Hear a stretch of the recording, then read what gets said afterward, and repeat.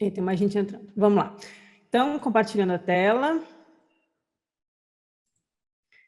Os avisos, a Jane já avisou, esse sábado, pré-eleição, a gente vai falar sobre o logos e a ética e como a consciência nos conduz à reta ação, baseado principalmente no capítulo de Heráclito. Vários de vocês já têm esse livro do Alberto, né? Mas o livro é dividido em vários capítulos e cada capítulo pega uma filosofia antiga ou moderna. Então, passa pelos epicuristas, passa por Heráclito, passa por Demócrito, Parmênides, aí vai para o budismo, para os filósofos modernos, Levinas, Schopenhauer, tudo sobre esse tema de como a nossa razão, a nossa consciência, o logos dentro de nós conduz a nossa vida de forma a ética ser não um mandamento, mas uma ação natural na vida, né? Então, quem tiver aí sábado nervoso aí com o domingo, vem relaxar ou não, assistindo um pouco a palestra do Alberto, vai estar no canal lá disponível ao vivo.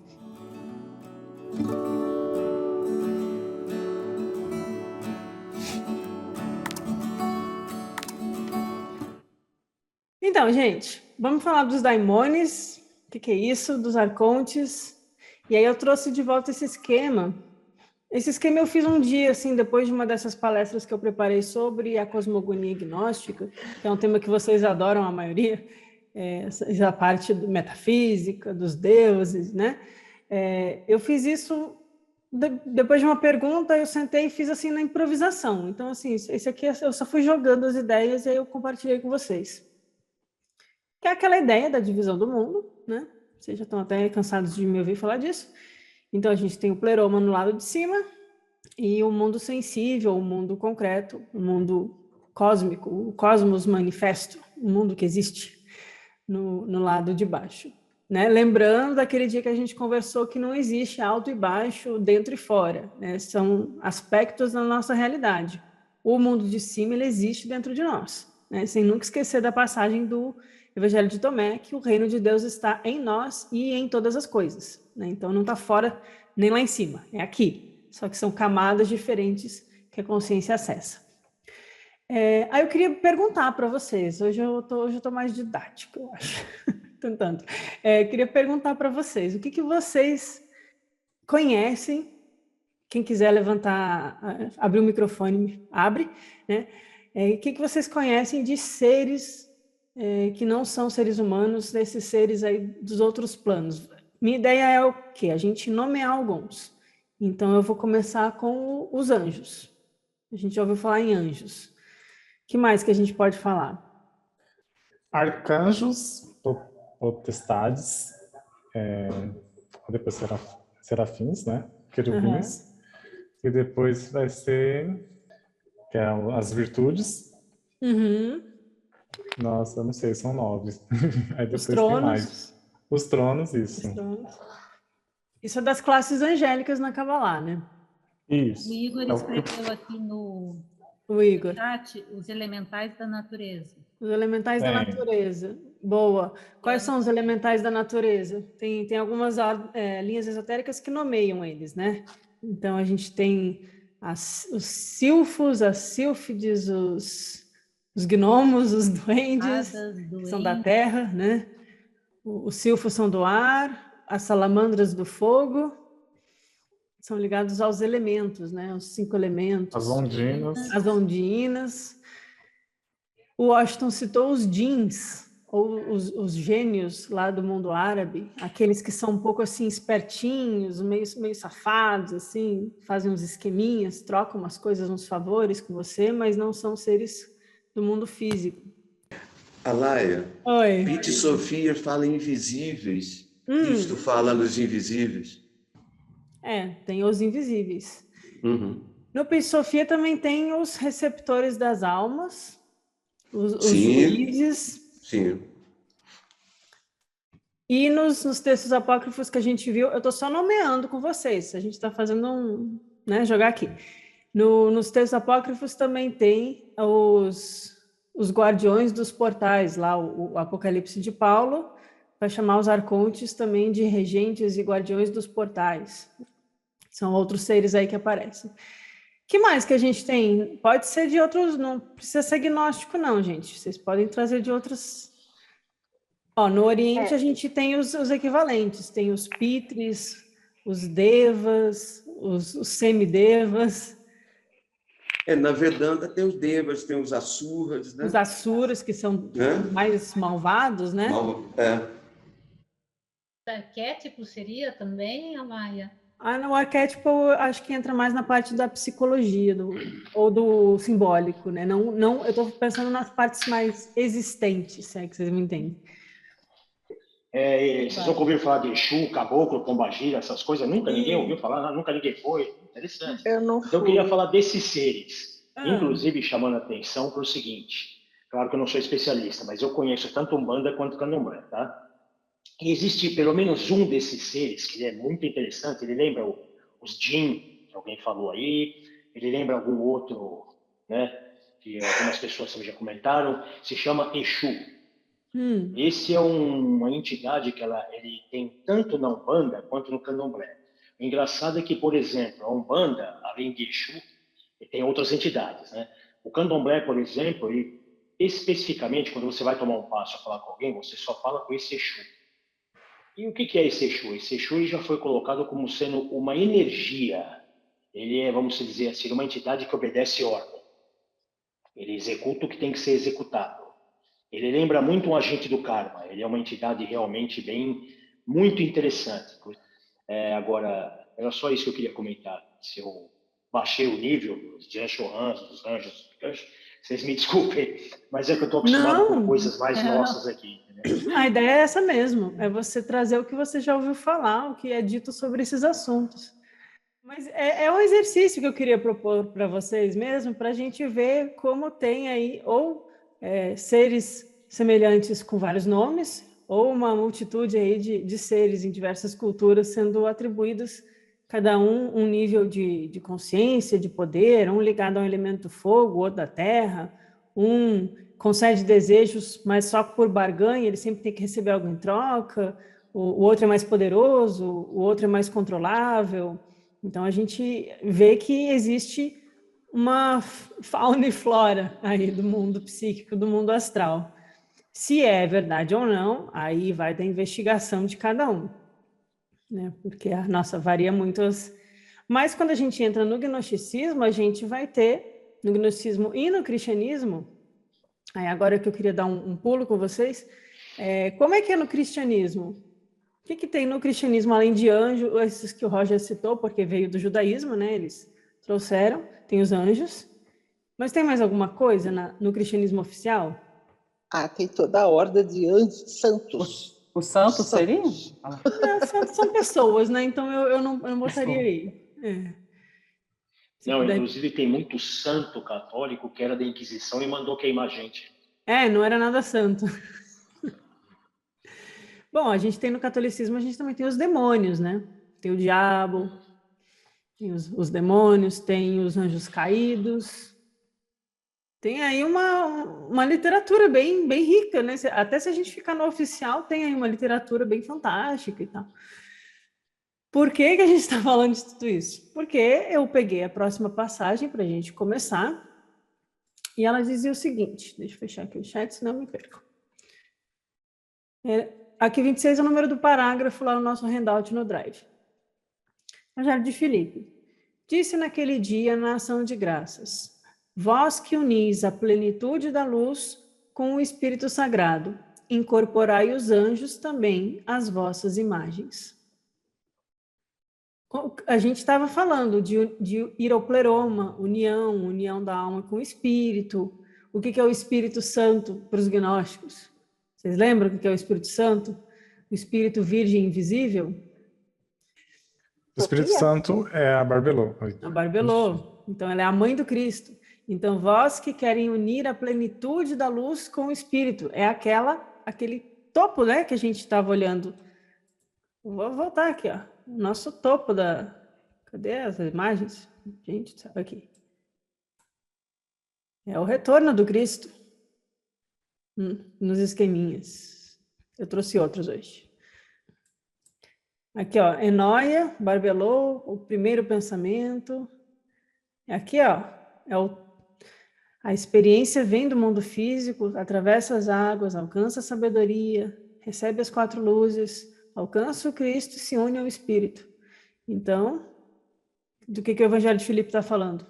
Aqueles que unem a plenitude da luz com o Espírito, que eles encontram essa experiência unitiva, eles vivem essa experiência unitiva, que é a união do divino em nós. Então, a gente tem aí, até na tradição católica mesmo, tem a ideia de teiosis, que é você manifestar o divino, você trazer o divino, viver a experiência do divino, né? Mas aí esse trecho aqui fala assim, mas incorporai os anjos também às vossas imagens. Eu achei muito curioso, eu falei, olha só, a gente já falou de anjos aqui quando a gente estava vendo os outros textos, né? Os querubins, serafins e tronos e principados e tal. E aí falei principados. Ninguém aqui citou o Paulo, gente. Carlos, eu vou falar um pouquinho do Paulo hoje, tá? Você me aguenta um pouquinho.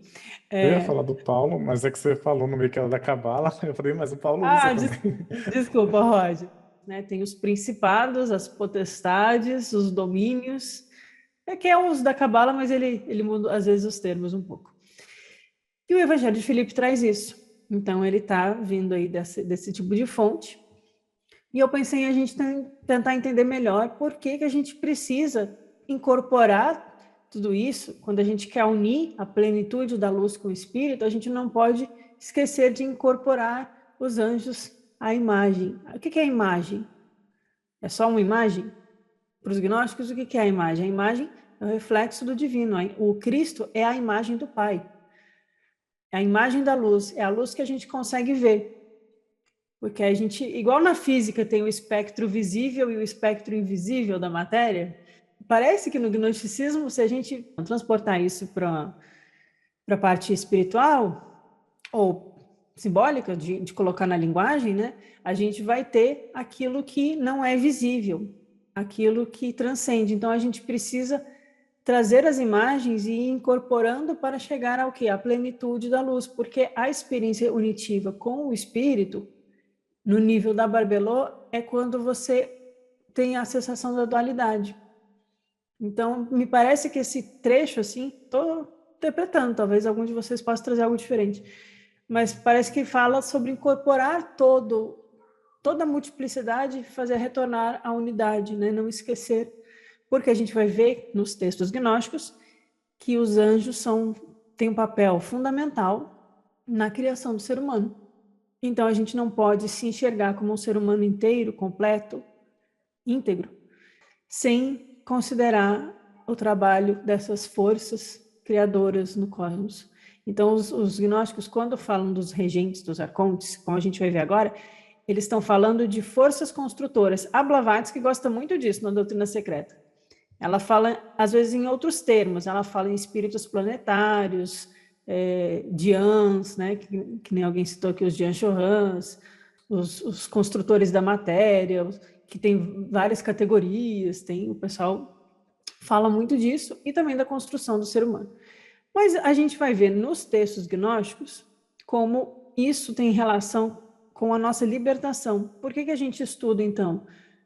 Como a gente é construído? Para a gente saber onde desfaz o nó, ou onde a gente integra aquilo que está desarmonizado. Então, eu trouxe novamente um outro trecho, aqui não é nem do texto do Apócrifo de João, é um trecho do livro, que muitos de vocês têm, o Agnóstico de João, mas que é um trecho da Karen King, que é uma acadêmica muito boa, que tem um livro, que é o livro Secreto de João. Ela também escreveu um livro sobre João, eu li o livro dela, é muito bom. E ela fala justamente isso, que o Apócrifo de João, eu estou sempre citando, gente, não é porque eu trabalhei com o texto. É claro que por eu ter trabalhado com ele, eu conheço ele muito bem, fica fácil de lembrar e ir lá pegar uma citação. Tipo, eu lembro que isso está lá no texto, eu vou lá e pego, né? Mas ele é, para os grupos gnósticos, base fundamental de quase todos os grupos. E ele é estudado dentro dos valentinianos, sendo um texto setiano. Então, ele meio que é um início para tudo. Assim, a base dos textos gnósticos é o Apócrifo de João. Então, a gente sempre volta para ele. E ela vai comentar justamente como ela discorda de boa parte da opinião vigente, e aí eu vou concordar com ela, de que os gnósticos não odeiam o corpo, ou odeiam o mundo. justamente porque eles estão nos fornecendo ferramentas de libertação para a compreensão do mundo e do corpo. Que a gente liberta a alma quando ela compreende os mecanismos que a mantém presa. Então, é preciso compreender o corpo, é preciso compreender o mundo. E ela vai falar o seguinte, né? O Apócrifo de João dá maravilhosos exemplos de resistência à estereotipia. Por exemplo, quando Cristo revela o nome dos daimones individuais associados com cada parte do corpo. Isso é pura magia. Parece que isso prova que os gnósticos achavam que o corpo era algo ruim. Por quê? Os gnósticos estão dizendo que o nosso corpo é feito de um monte de daimones, aí a tradução vai virar demônios, né? Então a gente é uma coleção de demônios. Daqui a pouco a gente tem um monte de eu demoníaco dentro de nós. Mas não é assim que os gregos entendem a palavra daimones. Aí é o problema da gente precisar voltar às origens para entender o texto na sua época, né? Então parece que é algo ruim. O corpo é feito por daimones. Mas a lista se encaixa numa crença, continua a Karen, né? De que os daimones, eles são os responsáveis pela doença. Mas ao conhecer os seus nomes, a pessoa é capaz de exorcizá-los e assim curar as partes afetadas do seu ser. O propósito não é odiar o corpo, mas curá-lo. Ela faz um shift no ponto de vista dos gnósticos que eu achei muito interessante. E aí, a partir do Evangelho de Filipe, eu quis trazer de novo os daimones aqui um pouquinho, porque tem a ver com os arcontes e tem a ver com esse caminho de salvação, de conscientização, de libertação da alma no gnosticismo. Então, brevemente, né, peguei a minha própria notinha lá no livro. O que é daimones? Muitos de vocês sabem, né? Desculpa se está repetitivo, eu vi vocês conversando no Telegram, mas para quem não estava lendo a conversa, né, os daimones, a gente vai ver eles como forças, poderes, e eles são uma palavra meio genérica, que dá para atribuir a muita coisa. Então, por exemplo, lá no livro do Alberto, do Mistério da Ética, que vai ser o tema de sábado, ele vai falar do Logos e do Daimon, mas esse Daimon no sentido de a luz da consciência, porque é assim que o Heráclito usa.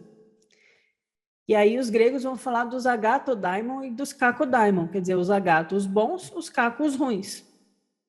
Até caco é meio caquético. A gente me lembra de uma coisa ruim, caco é ruim, agato, a gente lembra de, não sei, eu lembro de agato, porque eu estudei grego, mas enfim, é algo bom. Então, o Heráclito vai usar o daimon como essa luz primordial, essa luz do protofanes, do orfismo, essa primeira luz que a gente nos gnósticos vai identificar com o Christus. Então, o daimon de Heráclito é como o Logos, é como o Cristo, porque ele é aquela luz que vem ao mundo. Mas os daimones, que aí é um coletivo, é tipo o enxame das abelhas, a matilha dos lobos, é um monte de seres, eles são muito variados e eles são usados de diversas formas na literatura grega e na filosofia grega. Então, a gente vai ouvir dizer que Sócrates tinha um daimon particular, e aí isso vai dar todo tipo de especulação, desde Sócrates era um médium e conversava com a entidade que era o daimon, até Sócrates conversava com sua própria consciência, que era o seu daimon que o inspirava, ou Sócrates tinha um ajudantezinho, assim, quem já viu o desenho animado infantil, que tem o bruxo que anda com aquele gárgulazinho pulando do lado, com o foguinho na cabeça, assim, pode ser um daimon também. Então, daimon abarca muita coisa no mundo grego. Por isso que a gente tem que ter cuidado quando a gente lê e interpreta os daimones. Tem que sempre colocar dentro do contexto. Então, a notinha aqui, só para a gente fechar essa questão. Então, daimones não é demônios, né? A daimones é um termo grego que é usado muito tempo atrás, desde Homero. É referido por Heráclito, por Sócrates, por Jâmblico. Jâmblico já é depois de Plotino. E por Platão também, em diversos escritos. E tem muitas interpretações. Então, daimones se refere tanto à luz interior, que faz a ponte entre o mundo divino e a consciência, que aí é no sentido crístico, como também se refere a poderes, forças da natureza, seres mitológicos que atuam no funcionamento do cosmos e nas emoções humanas. E os daimones, eles podem ser neutros, como forças cegas, e também bons, agatoi, e maus, kakoi. e não devem ser confundidos com a noção católica de demônios. Então, a gente pode usar daimon para falar das fadas, dos silfos, das salamandras, dos gnomos, dos elfos, tudo isso pode ser daimon, daimônica. Os daimônios podem ser seres mitológicos, aí a gente tem os faunos na mitologia grega, a gente tem aquelas fadas que cuidam dos rios, que tem nos mitos do Pan e tal. As ninfas podem ser daimônios. Obrigada, Roger. Então, tudo isso a gente pode chamar de daimônio. O que isso tem a ver com os gnósticos? Porque os gnósticos vão usar essa palavra também. Então, como que eles usam? Faz um esqueminha. Eu fui pescar no texto, essa é a versão apócrifa de João, tá? Pode ter variações em outros textos. Então, lá no apócrifo de João, o primeiro ser criado no Cosmos Manifesto é o Yaldabaoth, porque ele vem da separatividade, ele gera ruptura. Tudo era muito bom no Pleroma, que estava tudo de acordo com a unidade, todas as luzes, quando eram manifestadas, emanadas, elas se derramavam e olhavam para cima, e se uniam a um, e contemplavam um, e agradeciam a um, e ao Espírito invisível, né, o Espírito Sagrado aqui, pela sua existência. Tá assim nos textos. Então, está tudo muito harmônico, mas também está tudo muito entediante, nada acontece. Aí a Sofia dá um jeito da manifestação do mundo começar. Ela fala assim, quero olhar para baixo, o que tem lá embaixo? É um processo de individualização, não individuação, que é outra coisa. Então, ela vai se separando, ela cria multiplicidade, ela cria quebra com a unidade. Ela é a primeira a não olhar para cima, ela olha para baixo. Quando ela olha para baixo, ela cria o demiurgo, que é o demiurgo mau. Ele é mau, mas ele é necessário para que o mundo aconteça, para que a gente exista, para que a gente passe pelo processo.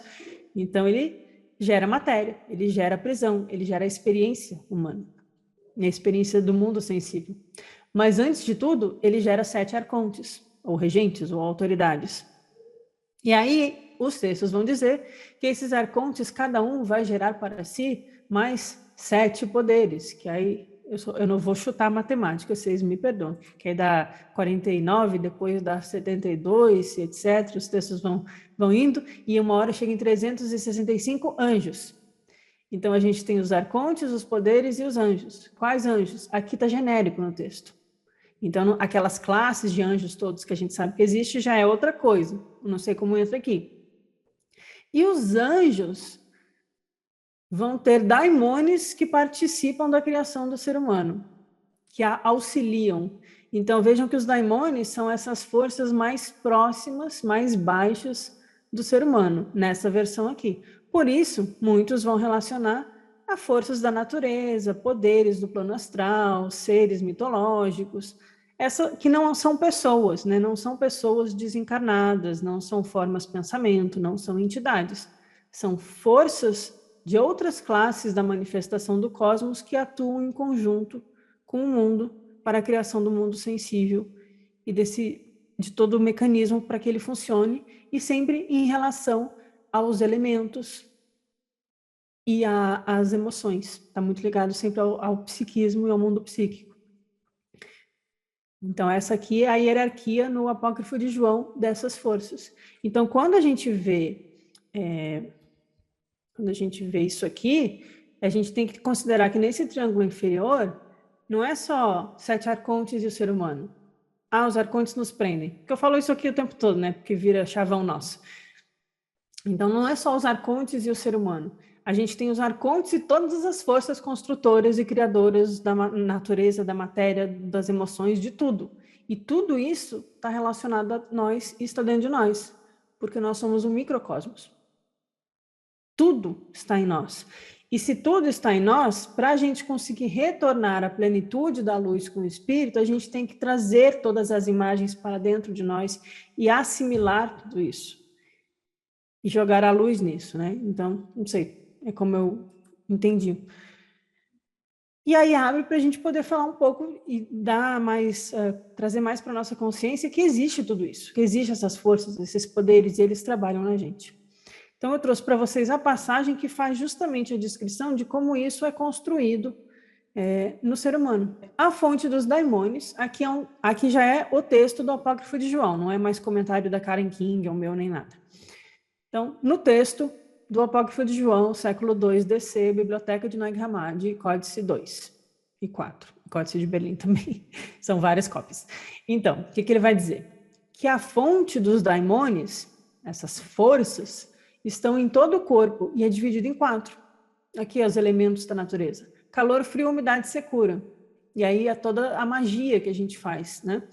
E a mãe de todos eles é a matéria. Ou seja, a matéria, não como a vida. Lembra das duas mães, a mãe divina e a mãe matéria. A mãe matéria, ela dá origem aos elementos e a esse calor, frio, umidade, secura e as emoções e ao corpo físico e à estrutura, né? Então, os daimônios têm relação com isso. E eles são 4. E eles têm esses nomes que eu não vou ler agora, que a gente já viu esse texto. Mas esses 4, nesse texto, são associados ao prazer, ao desejo, ao luto e ao medo. Ou seja, 2 coisas que levam a sentimentos de apego e 2 coisas que levam a sentimentos de aversão. Luto, medo, prazer e desejo. E a mãe de todos eles é esse termo do estoicismo, estesis epito, não sei falar isso, mas eu fui pesquisar o que é quando eu estava traduzindo, e é um termo do estoicismo.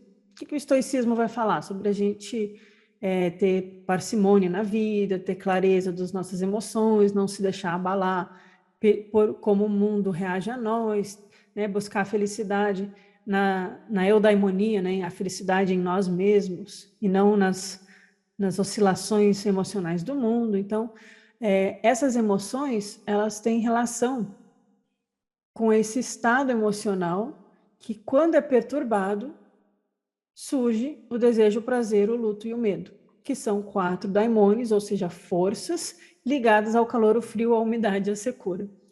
É um texto de magia, inegavelmente. Deve ser por isso que a igreja mandou proibir esse aí. E esse é um dos que mais tinha cópias circulando na época. O Irineu cita esse texto, o Hipólito cita esse texto, encontraram várias cópias em línguas diferentes, tem cópito, tem grego. Esse texto aqui era famosinho entre os gnósticos e os círculos cristãos da época, a ponto deles terem que combater para as pessoas pararem de ler. Então, a gente está falando de questões de magia, porque isso vai também se relacionar com o hermetismo, que também vai falar dos daimônios. Então, os daimônios, eles são entendidos também como a fonte das paixões, né? E o estoicismo vai falar muito das paixões. Então, vejam como os gnósticos estão dialogando com a filosofia da sua época também. Então, os daimônios aqui, como essas forças, vejam que a gente viu aqui nesse trecho anterior, na nota, que existem os agatói, os bons, e os maus, os kakoi, ou os neutros, né? Então, aqui a gente está falando dos kakodaimônios. Eles são ruins, porque eles têm paixões associadas a eles. Do luto surge o ciúme, a inveja, a dor, a inquietação, o desespero, a insensibilidade, que anda muito grande no nosso mundo, a ansiedade, o pesar, e outros. No texto está outros, não fui eu que pus, não. E aí, do prazer, de um surge uma ramificação de outros subpaixões e subvícios.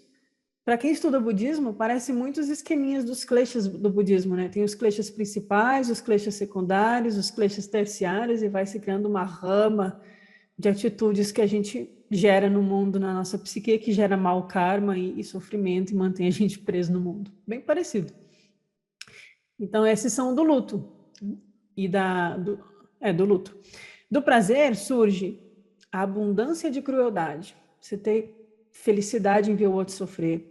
Você querer pisar no outro para subir na vida, né? Também está cheio aí no nosso mundo. A vaidade, o orgulho, a presunção. Do desejo surge a raiva, a fúria, a amargura, a luxúria. A ganância, e a ganância não é só por dinheiro, a ganância por poder, a ganância por cargos, a ganância por ser considerado autoridade numa coisa ou referência numa coisa. Tem muito também no nosso mundo espiritual também, né? Nas ordens, nos grupos, entre nós, né? E outros semelhantes. E do medo surge o terror. E quem tem medo agride, porque é igual aos animais, né? O animal com medo ele ataca. mas também a servidão, que é a autodestruição, que é a baixa estima, naquele sentido de autoaniquilação, né? Que não ajuda ninguém a encontrar a sabedoria, a Sofia, encontrar o seu Cristo interno. E a angústia e a vergonha. Então, vejam que todos esses daimônios estão, na verdade, falando de toda essa droga que surge dentro da nossa psique, dentro do nosso coração, que circula no nosso corpo, que faz o sangue ferver, o estômago embrulhar, o intestino soltar. Tudo isso, as emoções, né, interagem com as forças no corpo, interagem com os elementos e com aqui o calor, frio, a umidade, a secura, que depois a alquimia vai usar. Já existem alquimistas nessa época, a gente fala muito da alquimia Rosa Cruz, da alquimia medieval, Paracelso, etc.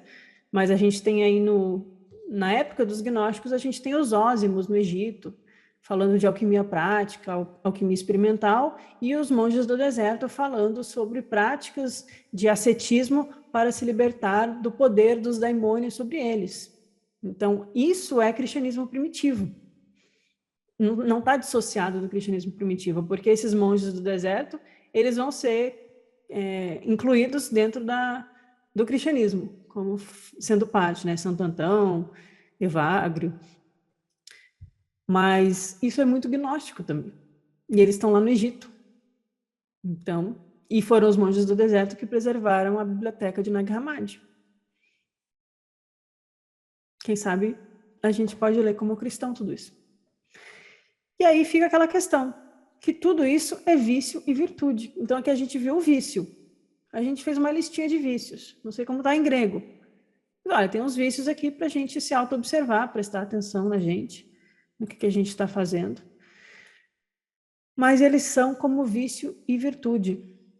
A intuição sobre a sua real natureza é a Naro, que é a parte superior da alma material, que habita com essa palavra aqui do estoicismo, que significa quando todos os sentidos estão em estado de repouso ou de aquietamento. Ou seja, quando os nossos sentidos estão agitados, surgem as paixões, os elementos da natureza, os vícios e o sofrimento decorrente dos vícios. Portanto, para os gnósticos, você não ser orgulhoso, não ser vaidoso, você não cultivar sua luxúria, ou você não ser vingativo ou violento com alguém, não se trata de uma regra moral. Não se trata de medo de punição num céu que vai vir quando eu morrer, ou um inferno que vai vir. Se trata de um sistema de libertação. Você não deixa de fazer, de cultivar a raiva porque é feio ter raiva. Você não está reprimindo a sua raiva, você está percebendo que essa raiva está mantendo você preso no mundo. Você percebe que você precisa se desfazer desse mecanismo e dessa prisão causada pelos daimônios para acessar aquilo que é da parte superior da alma. Então, na verdade, é um sistema de libertação. Não é um conjunto de regrinhas para obedecer. Você não obedece a um negócio que faz sentido. Quando faz sentido, você faz e põe em prática porque faz sentido, porque não tem o que fazer.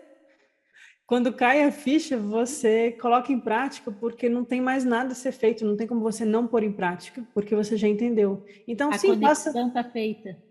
Passa por um processo de entendimento cognitivo, porque, nossa, isso faz sentido.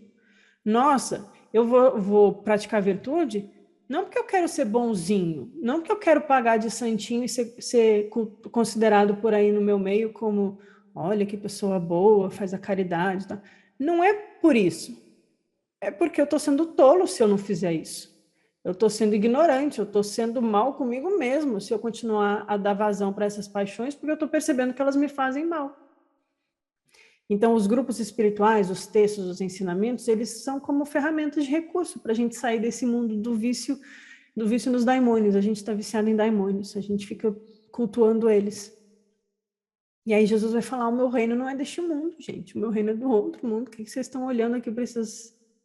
brincando aí de bruxinho, né, pegando aí textinho da Chaos Magic e achando que é o grande mago da internet porque fez uma maldade com o animal. Então, vocês estão estão danados, vocês estão indo para a próxima encarnação ser pior ainda, e o pós-morte ser um horror.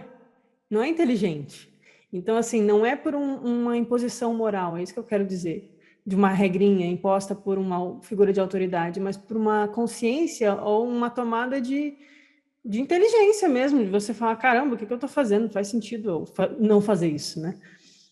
Então, o que os gnósticos propõem é mostrar esse mapa, mostrar que há uma forma, que há um caminho de uma luta até, uma luta contra essas forças, porque elas nos dominam o tempo todo, a gente fica sendo levado por elas, né? Vide o mundo político hoje em dia.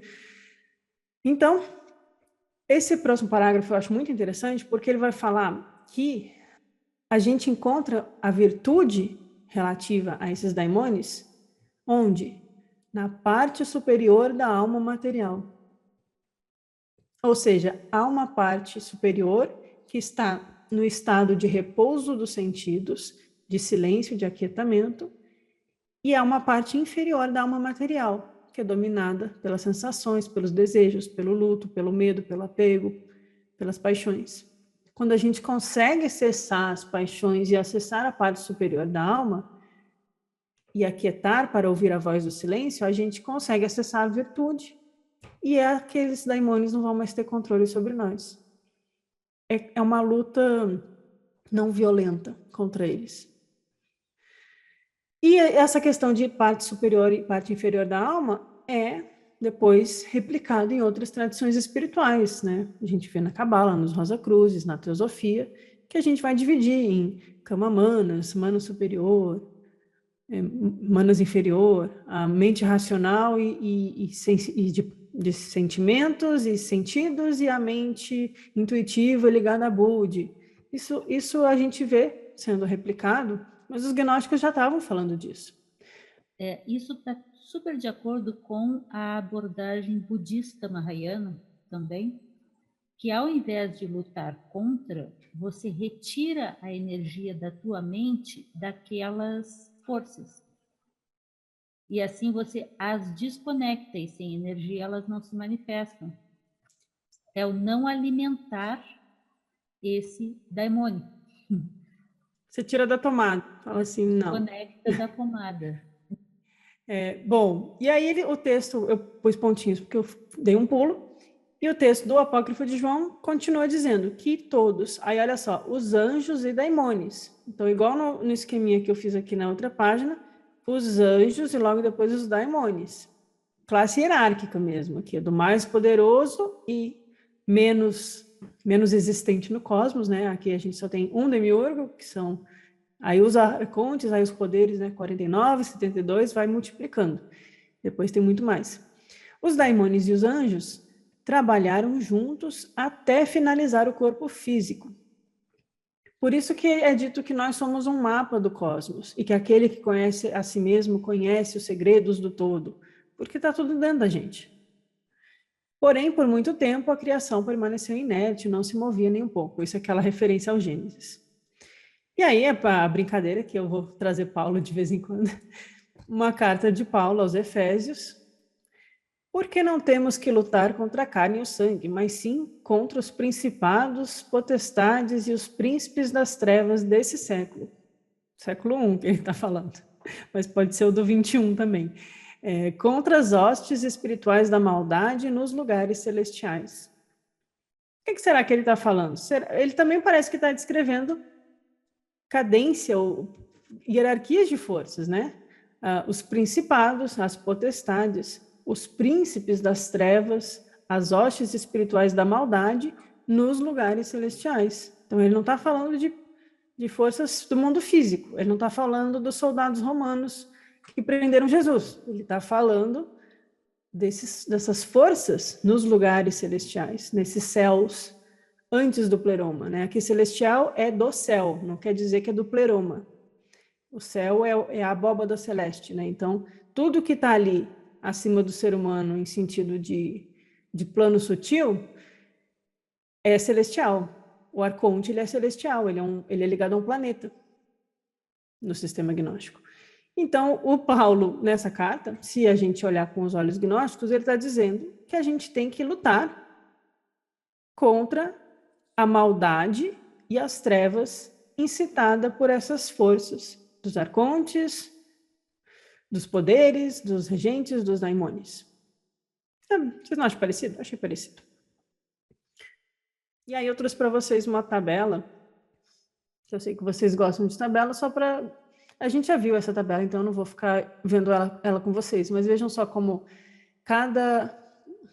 Vou tentar ir devagar.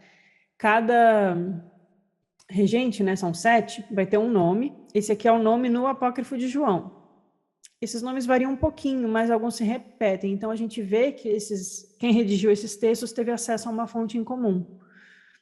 Então, a gente tem os 7 arcontes, que são ligados a um planeta. Aqui a gente tem a parte da astrologia, ó, os planetas, que regem a nossa personalidade, que faz a gente sofrer, que tem o aspecto luz e o aspecto sombra, que meio que condena a gente. Hoje teve um eclipse aí, na Lua em Escorpião, né, alguma coisa assim. E aí estavam dizendo que todo mundo ia ficar mais introvertido e que ia começar a botar para fora aquilo que estava escondido há muito tempo e resolver questões emocionais que achou que já tinha resolvido, mas não resolveu. Esse é o que eu vi dizendo por aí.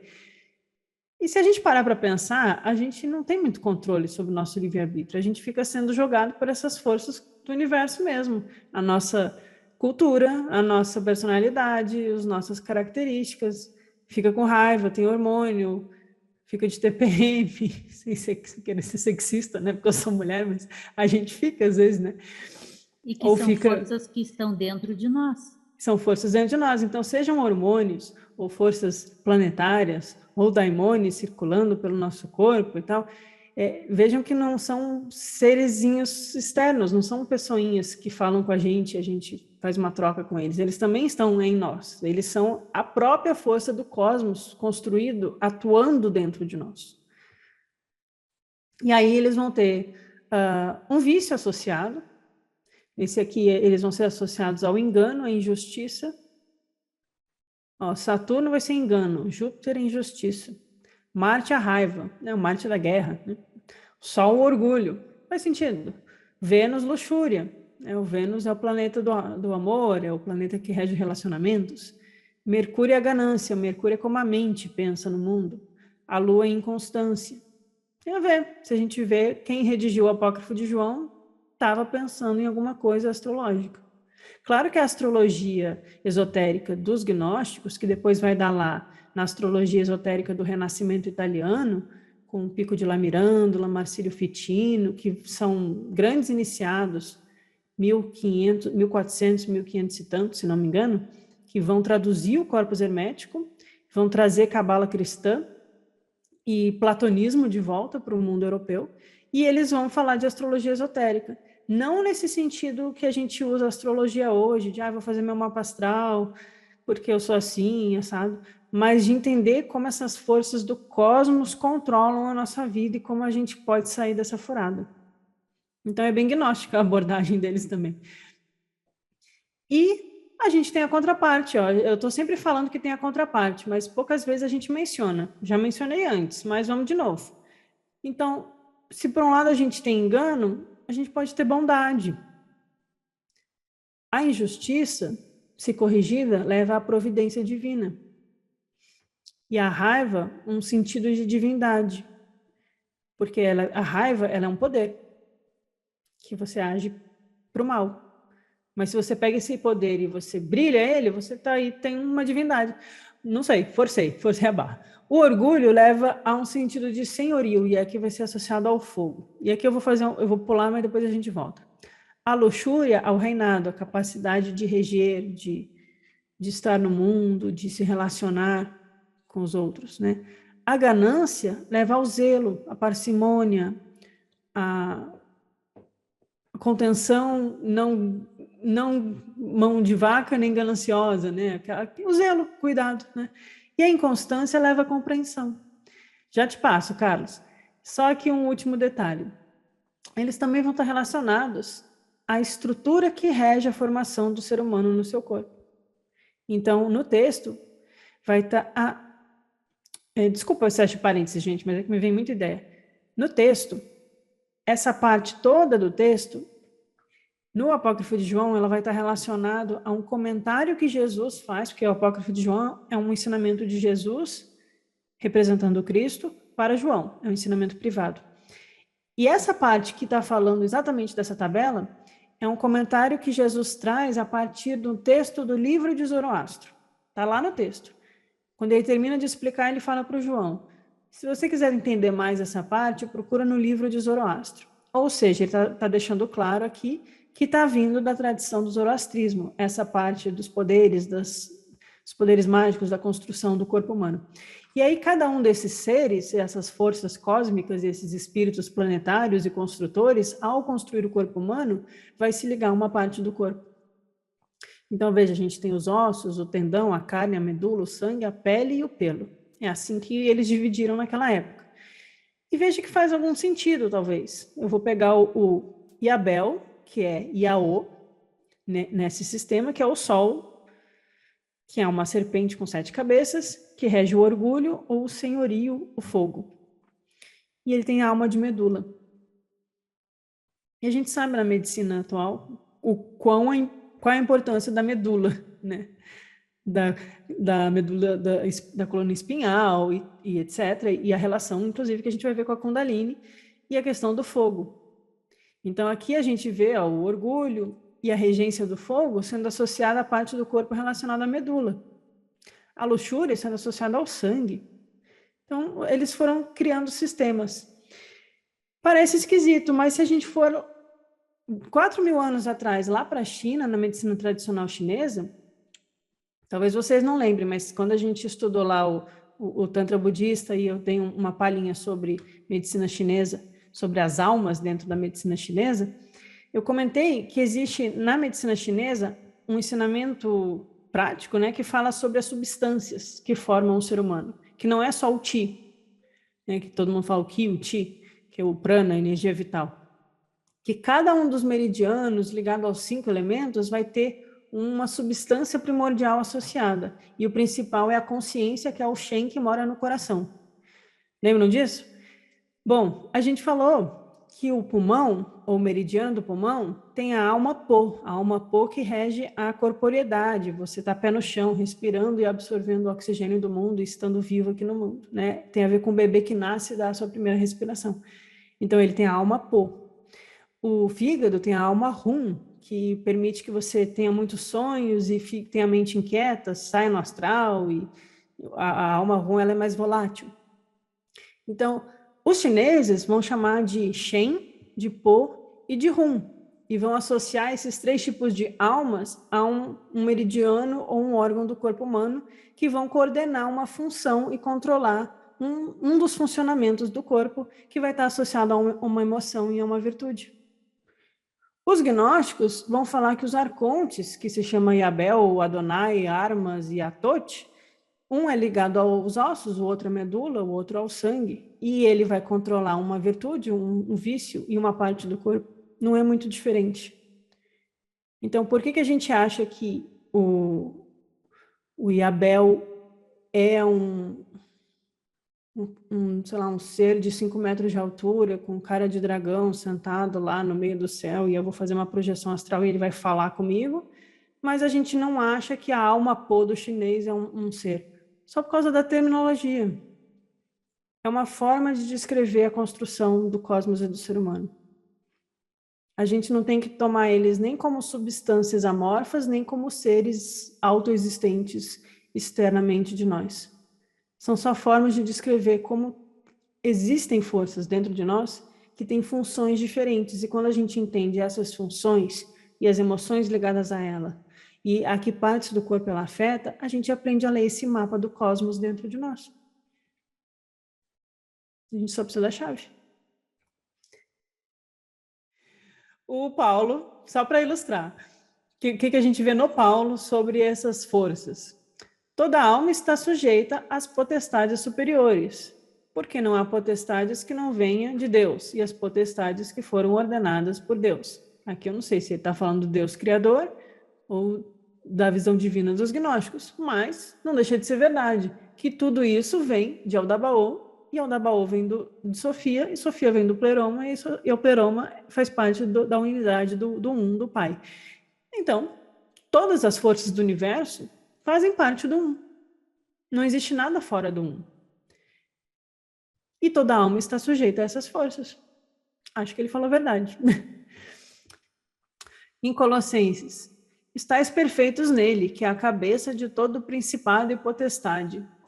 Nos textos gnósticos, o Cristo vai ser chamado a cabeça dos eons, ou a coroa dos eons. A gente tem a imagem do Adão Cadmon, né, com toda a estrutura da Sefiró, da Cabala, e a coroa, Keter, vai se conectar com a Ein Sof, né?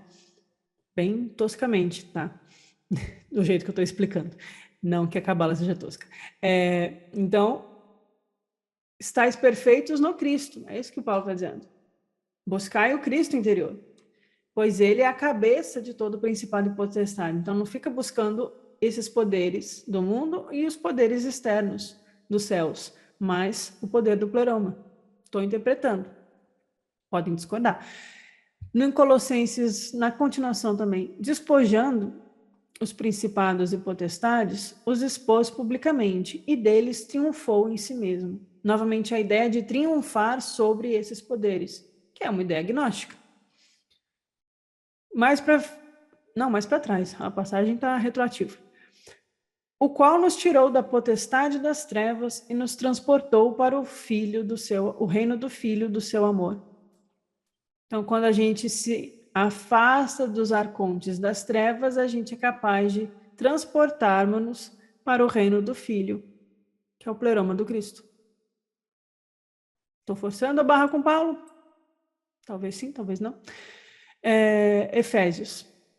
Acima de todo principado, poder, potestade e domínio, e de todo nome que se nomeia, não só nesse século, mas também no vindouro. Só para mostrar que ele cita várias categorias. A gente chama isso de taxonomia celeste, né? Você tem a taxonomia dos seres biológicos e você tem a taxonomia, as categorizações dos seres celestes. O pessoal que gosta de biologia podia brincar aí de ser taxonomista celestial. Fica bem interessante. Então, eu trouxe só como exemplo para ver como que o Paulo coloca, porque o Paulo está no século I, é o século que esses textos começam a ser copiados, que vão espalhando os grupos gnósticos. Eu sei que é polêmica, eu sempre vou falar que eu acho que o Paulo era um gnóstico, mas eu sei que é só a polêmica, eu estou jogando a bola, chuta quem quer e pega quem quer, né? Mas essa ideia de vencer os poderes que nos dominam, os poderes que nos levam ao vício, vencer e encontrar o reino do Filho, a coroa, a cabeça dos principados, etc., está bastante de acordo com o que a gente vê nos textos gnósticos. E também com a cabala esotérica, com a parte mística aí do judaísmo. Por último, para a gente fechar hoje, a gente viu, né? Vamos lá, eu não vou reler, mas a gente viu que os daimônios estão no corpo, eles têm relação com calor, o frio, umidade e a secura, ou seja, com essa parte material do cosmos. Eles são 4 principais: prazer, desejo, luto e medo. E dos 4 principais surgem as paixões, que é todo o resto da lista de vícios e paixões, etc. Então, 4 principais e dali vem todo o resto. E aí, aqui na continuação, eu pus só a tabelinha disso que a gente leu, né? Que tem os 4 principais, e aqui são só exemplos, não quer dizer que é só esses vícios, não. O próprio texto fala assim, e outros. E aí a gente percebe que disso surge o karma, na visão gnóstica, exegese aqui minha, e surge o destino. O destino enquanto destino amargo. O destino que faz chorar até os mais fortes, como diz aquela música Fortuna Imperatrix, da Carmina Burana. Então, olha o que diz no apócrifo de João sobre essas autoridades e deuses e anjos e daimônios, deixando claro que são poderes diferentes e não sinônimos, né? Junto com as autoridades, que são os poderes, ele, o arconte-chefe, Aldabaoth, elaborou um plano. Então, junta aqui, galerinha. Vamos fazer aqui o nosso conluio aqui e bolar um plano para prender esse ser humano aí que está brilhando demais e vai se rebelar contra mim. Diz o mito. Juntos, eles elaboram um plano. Eles violam a Sofia. Sofia representa a nossa alma. Aqui não é a Sofia Sabedoria, aqui é a Sofia Ashmo, que é a alma do mundo. a alma do mundo que cai e é violada pelos arcontes e pelo demiurgo. Aqui ela não é mais a mãe do demiurgo, ela é a alma numa jornada em direção às trevas e a recuperação dos seus poderes depois. Mas assim, ok, todo mundo já está careca de saber o mito. Olha lá, já li, já ouvi, já vi seus vídeos, já deu. Mas o que eu queria tirar daqui dessa passagem hoje?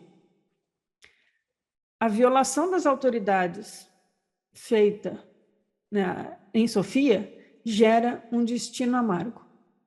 Então, quando essas forças, quando o desejo, quando a raiva, quando o medo e todas as decorrências das paixões entram na alma, nós passamos a ter destino no mundo. Porque a gente passa a agir de acordo com essas paixões e não age mais de acordo com o nosso Cristo interior, que está em concordância com o um. Quando a gente age em discordância com o um e com nossa centelha crística, a gente passa a gerar um destino amargo para nós mesmos. Então aqui entra toda a discussão sobre providência divina, sobre livre-arbítrio e sobre como as emoções aflitivas controlam o sofrimento que a gente mesmo se sujeita, né? E aí o texto gnóstico vai dizer que a geração de um destino amargo, é a última corrente dos aprisionamentos humanos. Né? O texto vai concatenando: o primeiro aprisionamento é o esquecimento, depois tem o obscurecimento mental, aí vai surgindo outras camadas, e o último é a geração de um destino amargo. O destino, ele é inconstante. Isso que eu estou lendo aqui para vocês é um trecho do Apócrifo de João, lá de Nag Hammadi. O destino é o mais forte e poderoso elo que entrelaça os deuses, anjos e daimones, e todas as gerações até hoje. Ou seja, essas forças do cosmos, não é só nós, as forças também estão sujeitas a essa prisão. Desse destino procede a iniquidade, a injustiça, a blasfêmia, as amarras do esquecimento e a ignorância. Procedem todas as ordens pesarosas, pecados graves, aí a gente pode discutir o que é ou não isso, e grandes temores. Assim, toda a criação foi feita cega, de modo que não conhecem a divindade que está acima de todos. E por causa das amarras do esquecimento, os seus pecados, os seus erros, suas más ações, a gente lê pecado, a gente pensa na igreja, mas vamos entender o que está dizendo, né? Foram escondidos, pois eles estão ligados às medidas, ao tempo, aos momentos, visto que ele, o destino, é Senhor sobre tudo. Não parece que está falando de karma? Aquilo que é sujeito à transitoriedade, à paixão, ao desejo, à aversão, ao apego, à ignorância, ao esquecimento, à injustiça, tudo isso é sujeito ao tempo. Tudo isso é transitório na nossa vida. Tem a ver com o Cronos. Começa, acaba, e a gente continua nesse ciclo, nessa prisão. E o destino é o Senhor sobre tudo isso. E esse destino só surge colocado no ser humano por essas forças que incitam as paixões. Ou seja, existe uma forma de se libertar disso, que é fazer a reversão do processo, a partir da autoconsciência, né? Fica claro para vocês que há um sistema de construção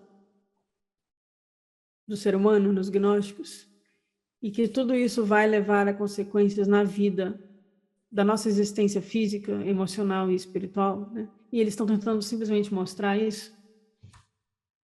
Eu acho um sistema muito interessante, né? Claro, eu sou suspeita. Tá. Achei muito interessante a tua abordagem, mas essa é uma abordagem, né? E eu fiquei com inveja de que eu não tinha pensado essa. Muito boa, muito boa. Eu não estou te ouvindo. Como assim com inveja? Para com isso. Mas tu me lembrou de uma coisa. Essa ideia do destino amargo, como sendo parte da constituinte do ser humano, está em Pirce Sofia também. Então, em Pirce Sofia, Jesus explica para os discípulos que eles são dominados pelo falso espírito, E o trabalho do falso espírito é incitar as paixões para que eles errem e pequem, que é tudo isso. Então, esses arcontes das paixões, do vício, e esses daimones são a estrutura do falso espírito. Isso. E o destino. Isso, alimentando assim o destino. Então, isso está no Apócrifo de João. Isso. E está no Pisofia. E está na tradição budista também. No e aí a gente Abhidharma tem... Me ajuda aqui, só para a gente fazer uma revisão. Em Pisofia a gente tem o poder, que a gente vai relacionar ou a epinoia da luz ou a própria centelha crística. Então, é o poder da luz. A gente tem o falso espírito, a gente tem o corpo físico, a gente tem o destino e eu sempre esqueço do quinto. Eu também. Eu passei por ele hoje, lendo. Eu sempre esqueço na hora de falar. Porque aí é aqueles 5 constituintes do ser humano que você tem que abandonar 3 e separar de 2. Né? Que é aquele que não abandona pai, mãe, não sei o quê, e onde 3 e 2 estiverem reunidos, 3 estarão contra 2 e 2 estarão contra 3. Em Pisofia isso fica claro. A gente está contra a matéria física, o falso espírito e o destino amargo, porque a gente está buscando a alma unir-se com o poder de luz. Acho que é isso. Eu acho que é. E aí bate com o que está no Apócrifo de João. Então, gente, a gente tem um sistema de libertação aí para os gnósticos. O pessoal fala em soteriologia, né? Vamos falar academicamente. A soteriologia gnóstica ensina, não precisa ser chato. Eles estão dando um mapa aí do tesouro para a gente se libertar, encontrar a sabedoria, encontrar a união com o nosso espírito. Alma e espírito são coisas diferentes nos gnósticos. É o nosso sistema gnóstico. Aí se vocês perguntarem, né, como é a constituição do ser humano entre os gnósticos? É corpo, alma e espírito. Não. Melhor aí. Não é corpo, alma e espírito. Agora a gente tem mais detalhes para entender, para se entender e pôr em prática, né? E a passagem, a Yara citou, né?